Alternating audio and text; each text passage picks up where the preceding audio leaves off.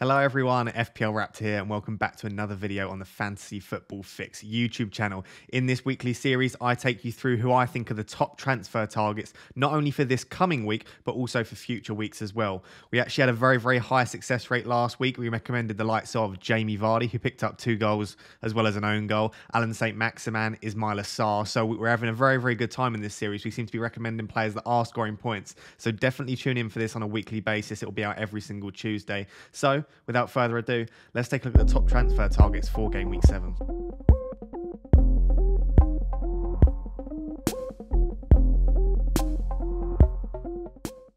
So jumping straight into it, I know a lot of us this week are going to be targeting Chelsea defenders due to the fixture swing, obviously in game week 7, but also the likes of Luca Dean has got difficult fixtures now and he's been struggling with injuries and keeping clean sheets. Luke Shaw also has an injury and Manchester United's fixtures are turning now as well. So I think for a lot of managers this week, we're going to focus on defensive transfers.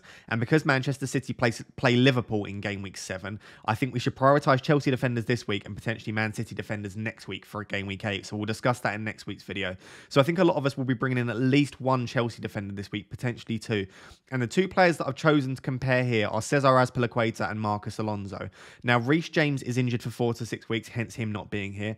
I think Christensen is a good option, but I think he's more of a rotation risk than Azpilicueta and Alonso, although he is cheaper. So if you only have the money to go for a £5 million defender, I do think Christensen, due to Reece James' injury, is probably more nailed than he probably was before Reece James' injury. And Rudiger, I think, is a great option. I think he's the most nailed centre-back and he's cheaper than Azpilicueta and Alonso, but his underlying statistics are very poor from an attacking perspective. So if you're just looking for a nailed defender at a relatively cheap price, I think Rudiger is the one. But I wanted to compare Cesar Azpilicueta and Alonso as slightly more expensive defenders who I think have slightly higher upside and slightly more attacking potential than Rudiger. Now, last week, I actually completely disregarded Azpilicueta. I said I didn't understand why you would want to go for Azpilicueta over the likes of Rudiger, when Rudiger's number 1 more nailed probably, and also cheaper. The reason for Cesar Azpilicueta's inclusion in this video is because of Reece James's injury, which is said to be around 4 to 6 weeks as the original diagnosis. We don't have an update on that at the time of recording this. It could be shorter, it could be longer. There were rumours that it could be up to 100 days. But I think 4 to 6 weeks is reasonable. So we're looking at around game week 9, game week 10, the earliest that James will come back. So I think Cesar Azpilicueta, in James's absence, will play 95% of minutes at right wing back. Yes, Hudson-Odoi can play there, but I just think what will happen is they'll favour Azpilicueta at right wing back and Christensen, Chalobah, Thiago Silva will fill in at right centre back. So I think that makes Cesar Azpilicueta an even more enticing option because not only is he nailed, he might be playing at right wing back, which will give him more attacking threat. And Marcus Alonso is the other one, who's now at 5.9 million. He's had 4 price rises already this season. And I know a lot of us ignored him at the start of the season because we thought Chilwell would soon be coming back into the squad. And we thought that Chilwell would nail down that left wing back spot. But apart from game week 1, where he was subbed off in the 85th minute, Marcus Alonso has played 90 minutes in every single game, which is absolutely astounding. And we know how amazing his attacking potential is when he plays. And there are lots of Chelsea fans who seem to think that he will just nail down that spot and that Chilwell may be used as a bit of rotation for Alonso or potentially in the Champions League. So we'll have to keep an eye on that. My personal opinion on it is that Chilwell will eventually come back into the team. I can't see Chilwell just sitting on the bench for every Premier League game this season. And for me, I think Alonso is number 1 at the moment. So I would question, is Alonso going to be used in the Champions League where the more difficult games are at the moment? For example, Juventus on Wednesday. I don't know at the time of recording, obviously. Is he going to be used in the Champions League? And maybe Chilwell will start to be introduced back in the Premier League again with the easier fixtures because Southampton, Brentford, Norwich, Newcastle, Burnley, Leicester, these are the sort of fixtures where you could build up Chilwell's fitness and Chilwell's confidence. So I'm still a little bit hesitant, perhaps wrongly so. Perhaps I should just be looking at Alonso and saying he's starting every game. He looks now, bring him in. I just do worry that Chilwell's far too good to just sit on the bench. And these are the sort of fixtures where you could build up his confidence and fitness. If we compare the two, looking at underlying statistics, etc. Total minutes played so far, as I said, Alonso so far has been the more nailed of the two. Azpilicueta has played less minutes. Now, what I would say is that past minutes are not necessarily indicative of future minutes. And I think, as I said, Azpilicueta will be more nailed over the next 6 game weeks, in my opinion, than Alonso, namely just due to Azpilicueta's experience, the fact that he's captain, the fact that Reece James is injured. I think he might play at right wing back or right centre back. So for me, I still think Azpilicueta is the more nailed of the two. But if Alonso can keep the place that he's basically nailed down so far, then I think he would be a great option. If we look at projected points over the next 6 game weeks, the Fantasy Football Fix algorithm does favour Marcos Alonso. That is probably due to the fact that he has been nailed so far, but also his attacking output is better than Azpilicueta's. That's a combination of just Alonso being a natural fullback and him bombing forward a lot, and he's been on a lot of corners as well. So the Fantasy Football Fix algorithm, if you want to trust that, does favour Alonso over the next 6 game weeks. Expected FPL points wise, again, Alonso comes out on top. He's expected to score 6.54 FPL points per 90 so far this season, compared to Azpilicueta's still pretty impressive 4.35. Again, non-penalty expected goals and expected assists, Alonso more than double, almost triple at 0.27 per 90 in comparison to Azpilicueta's 0.1 per 90. And big chances, again, Azpilicueta has had 0 big chances. Alonso has had 0.17, which isn't amazing, but it's still pretty decent for a wing-back. And touches in the box is actually a lot closer than you might expect. You might expect, because of how advanced Alonso plays, he gets into the box a lot more than Azpilicueta. But that's actually fairly similar between the two. Alonso at 2.52, Azpilicueta at 2.19.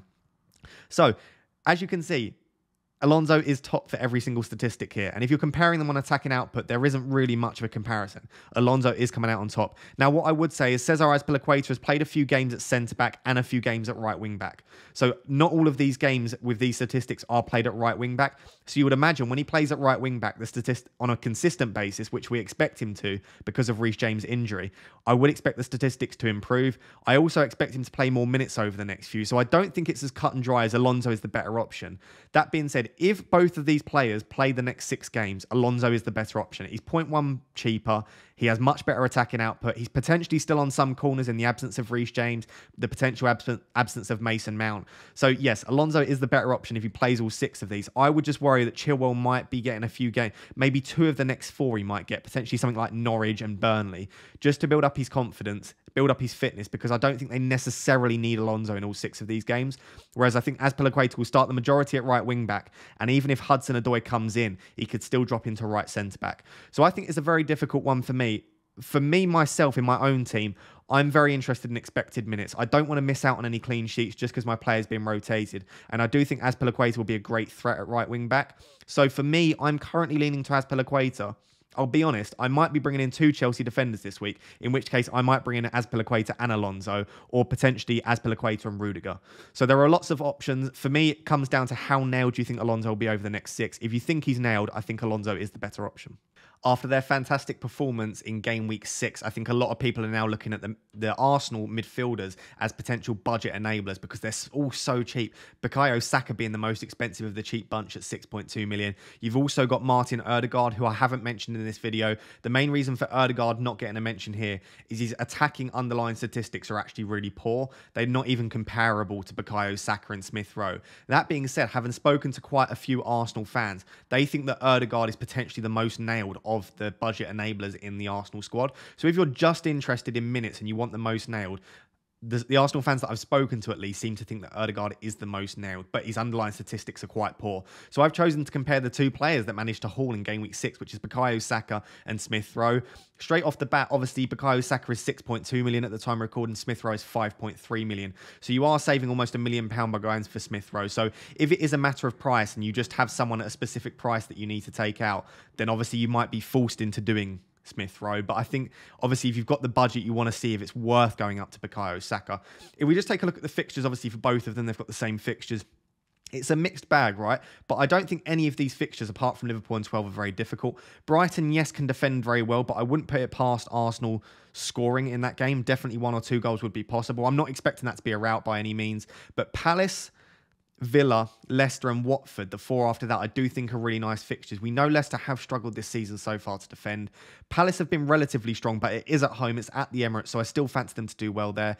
At home against Villa, again, Villa haven't been that great defensively despite having brilliant fixtures, although they did keep a clean sheet against Manchester United. So there is potential there that that's a difficult game, but that Watford game in 11 is great as well. And the thing is with these players, they're budget enablers. You might be able to bench them in some of these fixtures, and also you're not expecting that much. The whole point of going for these cheaper players is that it allows you to upgrade elsewhere. And all you want them is to nicely tick along. Maybe 1 attacking return every couple of weeks is all you can expect really from a player of this price.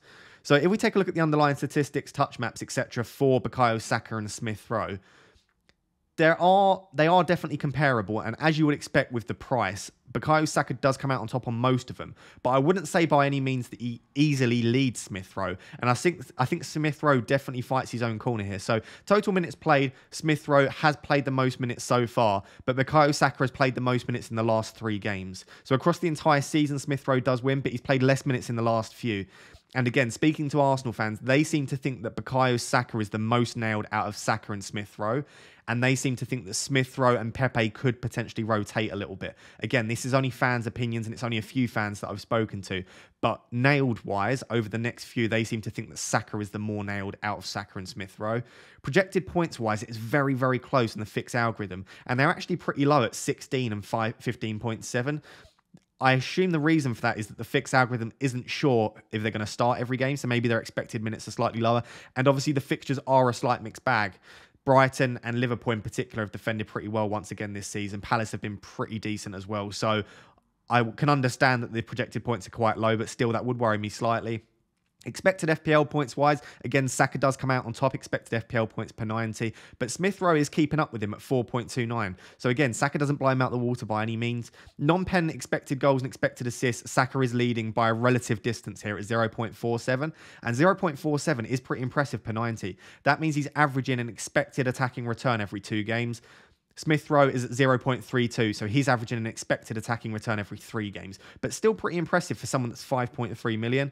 Big chances per 90. This is where it gets interesting. Smith Rowe has actually had more big chances per 90 than Saka. So yes, Saka's underlying statistics are better, but Smith Rowe's getting into those clear-cut opportunities in the first 6 game weeks more so than Bukayo Saka. So that's very interesting as well. And of course, we want those clear-cut opportunities more so than sort of those half chances. Jimenez springs to mind. Jimenez has had tons of opportunities so far, but he's only had like 1 big chance. I think it is potentially 0 big chances. And that's the reason he's found it difficult to score. You can have all the opportunities in the world, but you want those clear-cut one-on-ones or those tap-ins from a few yards out. So that definitely swings in favour of Smith Rowe there. But touches in the box, Saka is getting a lot more touches in the box per 90. So it's almost double the amount of touches in the box that Smith Rowe's getting. So he's got 6.24 Bukayo Saka. Smith Rowe is 3.62. So in terms of goal getting into the box a lot, Saka does win. And I think if I look at these statistics as a whole, what my personal opinion on this is, if Saka is slightly more nailed, as Arsenal fans seem to think he is, and his underlying statistics are, in my opinion, good enough to warrant the extra 0.9 million, I would say that if you can afford Saka, I would prefer Saka over Smith Rowe. That being said, if you can only afford a £5.3 million midfielder or a 5.5, I do think Smith Rowe is the best budget option. I know you've got the likes of Mbeumo as well at that price, but I just think for the extra 2 point you're saving, with the fixtures coming up, with the relatively good underlying statistics, I love the look of Smith Rowe. So for me, if you can afford Saka, go for Saka, but Smith Rowe is a great option at 5.3 million as well. So the final comparison is between Kieran Tierney and Nelson Semedo. Now, the reason for this is I know most people's favourite choice this week for defensive transfers will be the likes of Alonso and Azpilicueta and Rudiger. However, I know there are some people that might be looking to move out the likes of Luke Ayling, who's injured, or perhaps they just want to upgrade one of their cheaper defenders, and they might not have the funds to get up to Rudiger, Azpilicueta and Alonso. And I think if that is the case, it might not be worth taking like a hit to bring in a Chelsea defender this week. You can always do it in future weeks. So if that is the case and you're just looking to make a defensive transfer, but you don't quite have the funds to get to Rudiger, Azpilicueta and Alonso, I really like Tierney and Semedo. Now, it's worth noting at 5 million, you also have the option of Christensen. I just wonder, with Christensen's slight rotation risk, with the fact that he's got very, very low attacking potential, I do wonder if Tierney and Semedo might be able to match him or beat him over the next 4 points. Obviously, if he starts 5 of the next 6 and they keep 4 or 5 clean sheets, Chelsea, then I think Christensen might be the better option. But I'm going to go for these two because I think they have better attacking output and we know they're definitely nailed in their teams as long as they're fit. So we've spoken about Arsenal's fixtures already in the previous section with Saka and Smith Rowe, but it's worth noting that I do think the fixtures are slightly tougher from a defensive point of view in comparison to an attacking perspective, because I think Crystal Palace and Leicester, whilst they haven't been great defensively, they have been great offensively, and I think that makes them slightly more difficult fixtures. As you can see from the colour scheme with the fancy football fix colours, it's slightly more difficult fixtures for Tierney than it would be for Saka or Smith Rowe. That being said, Arsenal are defending relatively well, so I definitely think there are clean sheets possible there. Wolves are a really interesting fixture run because the next 6 are all okay. Like, they're not facing any of the traditional top 6 teams. I wouldn't say any of those games are going to be impossible to keep a clean sheet, but I also wouldn't say any of them are great fixtures. You'd think Newcastle at home might be a great fixture, and I think that is the best of the 6, hence me recommending Semedo this week. However, what I would say is that Newcastle have been attacking really well this year. They've not been the Newcastle of old. I think St. Maximin has been absolutely excellent so far. And Newcastle, I think, have scored in every game, or they've scored in every game apart from one. So they're scoring quite a few goals. They're not great defensively, which I think is, if you've got Jimenez or Traore potentially this week, it might be great for you. But I think Semedo could potentially keep a clean sheet this week. But what I would say about the next 6 is that none of them blow me away as being amazing fixtures, but all 6 fixtures are pretty decent. If we take a look at the underlying statistics and compare the two, so far this season, Tierney has played more minutes at 504 comparing to Semedo's 439. But remember, Semedo did miss game week 1. So if you added 90 minutes on there, he would obviously have more minutes than Tierney. So I think both are fairly nailed. I think due to Tierney's injury issues and potential fitness concerns as a result of that, I think Semedo will probably play more minutes over the season, but as long as both are fit, I expect them to both play 90 minutes in the Premier League for their teams. Projected points-wise over the next 6 game weeks, you can see again it's fairly consistent or fairly comparable between the two. Semedo 22.8 comparing to Tierney's 21.1. So Semedo is projected to get the most points over the next 6 game weeks, potentially due to minutes played, etc. How many minutes is expected to play. I also think, as I said, Wolves' fixtures are more consistent, whereas Arsenal have a few really nice fixtures in there and a couple of difficult ones as well. These are actually, it's also worth noting, Tierney and Semedo at a cheaper price are projected to get more points than Saka and Smith Rowe over the next 6. So it might be worth prioritising a defensive transfer this week. Expected FPL points wise, again, they're fairly similar. Semedo does win at 5.16 to Tierney's 4.16. Non-penalty expected goals and expected assists, again, Semedo comes out on top, but both are okay. Neither really blow me away there, but again, they are fullbacks, so you're not expecting too much from them. Big chances wise, this is what I've noticed about Semedo, and this is one of the main reasons I'm suggesting. Semedo has had 3 or 4 one-on-ones in 2 or 3 game weeks. Like, he's getting into the position where he literally has a one-on-one with the keeper, and he just hasn't managed to find the back of the net in any of them. But if he scores 1 or 2 of those, we're looking at him, and I think his ownership would be like 15-20% as opposed to 3%. He's just struggled to convert, and he does have a traditionally poor end product, but if he continues to get into positions where he's getting one-on-ones, I assume he will score sooner rather than later, whereas Tierney isn't getting in those one-on-one positions. He's had 0 big chances so far, so that's definitely in favour of Semedo. But touches in the box wise, they're actually fairly comparable. 2.32 for Tierney and 2.87 for Semedo, so pretty decent for the both of them. Again, Semedo is leading, so based on the underlying statistics, you would say that Semedo comes out on top here. What I would say is that Arsenal really struggled in their first 3 fixtures. Their underlying statistics were poor. Eye test-wise, they were poor. Defensively, attacking-wise, they were just terrible in those first 3. But since then, they seem to have really turned a corner, and we expected that after the difficult fixtures against City and Chelsea, that they would come good. And I think if you looked at the last 3 game weeks, it would be a very, very different story, but that's too much of a small sample size for me, really, for these videos to compare.